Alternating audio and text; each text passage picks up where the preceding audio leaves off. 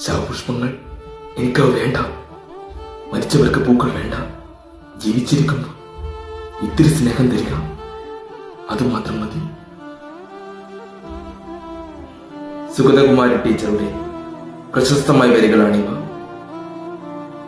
സുഗതകുമാരി ടീച്ചറുടെ ആ ശബ്ദം ഇന്ന് എല്ലാ പാവങ്ങളുടെയും ശബ്ദമായി മാറിക്കൊണ്ടിരിക്കുകയാണ്.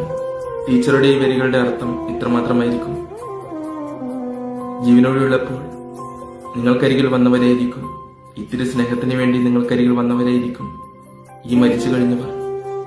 എന്നിട്ട് നിങ്ങൾ കൊടുത്തോ? ഇല്ല. എന്നിട്ട് വീണ്ടും നിങ്ങൾ കണ്ണീരുമായി ശവപുഷ്പങ്ങളുമായി വന്നിരിക്കുന്നു.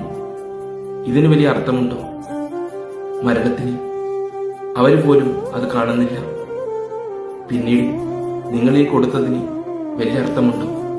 ചിന്തിച്ചു നോക്കൂ. ആ കണ്ണീരിനെ പോലെ